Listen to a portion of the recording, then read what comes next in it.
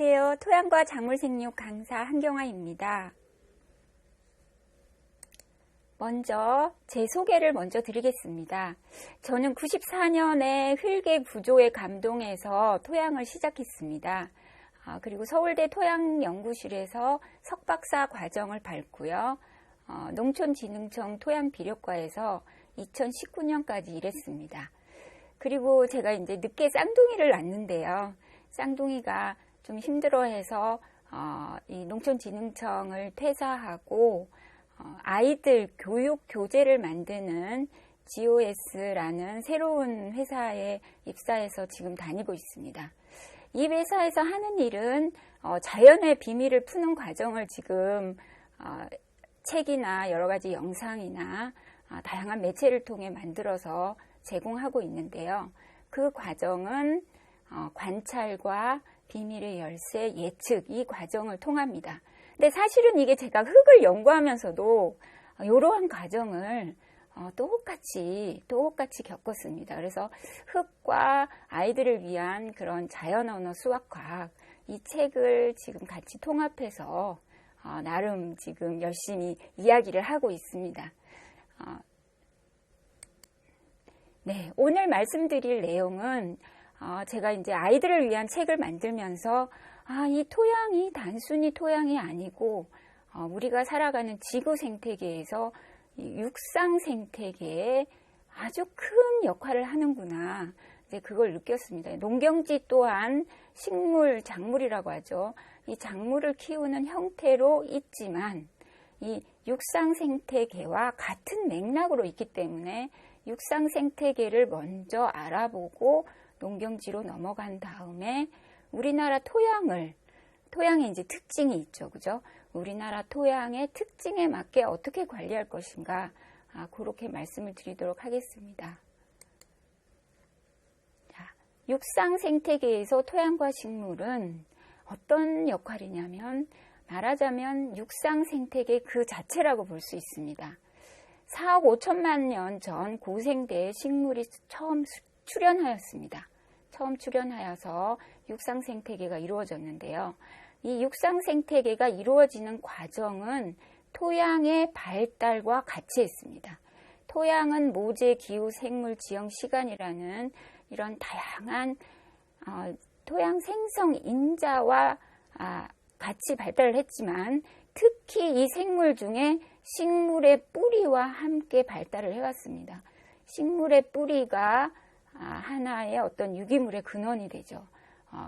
다양한 어떤 물질들을 배출하면서 미생물과 또 그 식물을 먹는 동물 그러면서 이제 먹이사슬 구조로 여기서 생태계가 형성을 했습니다. 그리고 그 생태계 속에서 토양은 생물학적, 화학적, 물리학적 처리 과정을 하면서 물질의 순환과 다양한 중금속이라든지 이런 독성 물질이 들어왔을 때 무독화하는 생명에 해로운 것들을 무독화하면서 육상 생태계를 지속 가능하게 지금까지 이렇게 이어져 오게 했습니다.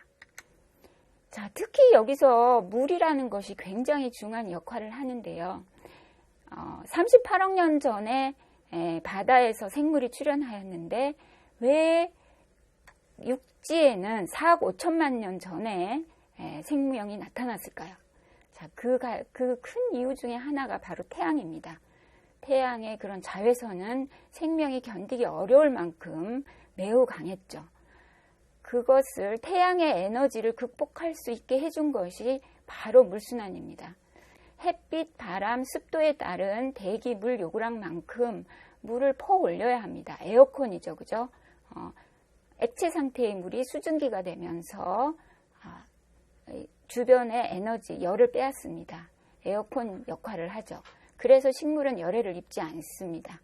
이것을 가능하게 하려면 흙 속 모세관이 중력을 거슬러 물을 머물게 해야 합니다. 그래서 이 물을 식물이 흡수하면서 식물이 태양을 견딜 수가 있죠.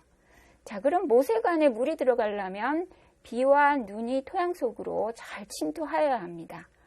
그리고 이것들이 또 이동이 일어날 때는 물만 이동하느냐 그건 아닙니다.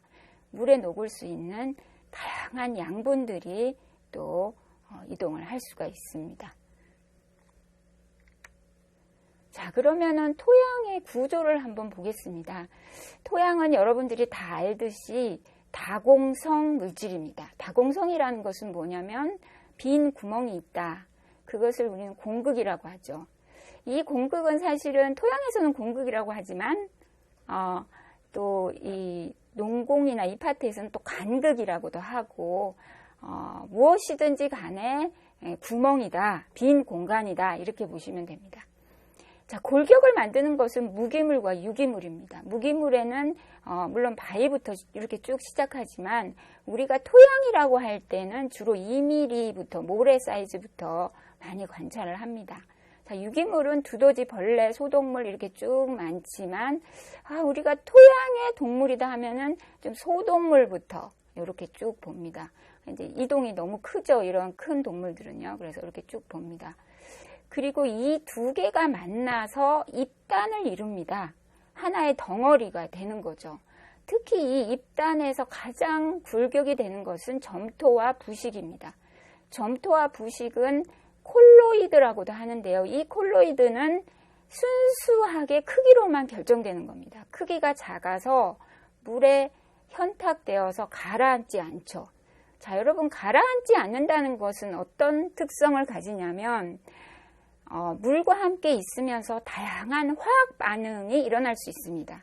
그래서 마치 그런 거죠. 삐삐 세대가 지금 스마트폰으로 바뀌는 것처럼 다양한 활동을 하죠. 우리가 스마트폰으로요. 점토와 부식은 물에 현탁돼 있고 그리고 전기를 가집니다. 그래서 전기와 현탁된 그런 형태로 물을 보유하고 다양한 또 화학 물질을 흡착할 수 있는 그런 능력을 가집니다. 이것이 골격이 되면서 쭉 ip단으로 발전하죠.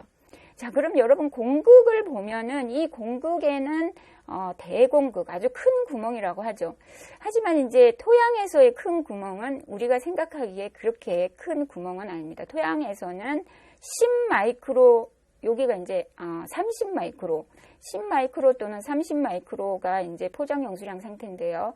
그거보다 큰 공극을 대공극이라고 합니다. 이 대공극의 역할은 통기와 배수의 역할을 합니다. 특히 산소 공급에서 굉장히 중요하죠. 이렇게 쭉 보시면 이 도공극은 같은 크기에 있는 모래와 모래가 만나면 대공극이 만들어집니다. 모래는 대공극과 연결되고 소동물 그리고 큰 뿌리들 대공극과 연결됩니다. 자, 식물 유효수분은 상대적으로 소공극으로 모세관력이 있어서 물을 머물게 해서 식물에게 줄 수 있습니다. 네.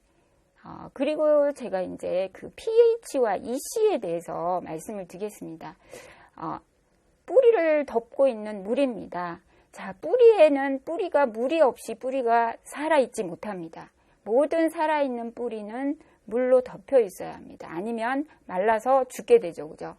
자, 뿌리를 덮고 있는 물에는 순수한 물이 아닙니다. 이 물은 바로 양분이 있고 그리고 양분이 있으면서 그것은 pH하고 EC가 결정이 되죠. 그러면 뿌리를 덮고 있는 이 물의 pH와 EC는 어떠해야 하는가? 저는 이제 크게 육지와 바다를 비교하면서 이 민물의 육지 생태계, 육상 생태계에서의 pH와 EC의 적정성을 우리가 생각할 수 있다 이렇게 생각합니다. 바다는 약 8, EC는 50입니다. 굉장히 짜죠. 그리고 pH가 탄산칼슘으로 포화가 되어 있기 때문에 pH가 높습니다. 이 상태에서 바다 생물들은 잘 살 수가 있습니다. 자, 물이 증발돼서 올라갈 때는 소금이라든지 이런 것들은 못 증발됩니다. 순수한 물 분자만 증발돼서 중류수 상태로 빗물이 될 수가 있지만 특히 이제 대기 중에 질소와 산소와 이산화탄소가 있는데 그 중에 이산화탄소는 물에 잘 녹습니다. 그래서 pH가 약 5.6이 됩니다. 요 410ppm은 제가 11월 1일자 그 CO2 관찰 농도를 제가 직접 알아본 것입니다. 지금 하와이에서 계속 관찰을 하고 있거든요. 그 410 ppm을 25도씨에서 평형을 이루었을 때 pH가 약 5.6입니다. 이 5.6에 비가 내려서 육지에 있는 어떤 양이온들이 있겠죠. 칼슘도 있고 마그네슘도 있고 그런 이온들이 녹으면은 pH가 약 한 6에서 6 정도로 좀 올라가게 됩니다. 그리고 증류수의 EC는 0입니다. 그리고 다양한 이온들이 녹으면서 EC는 약 한 1.5 정도까지 이 범위를 가지게 됩니다.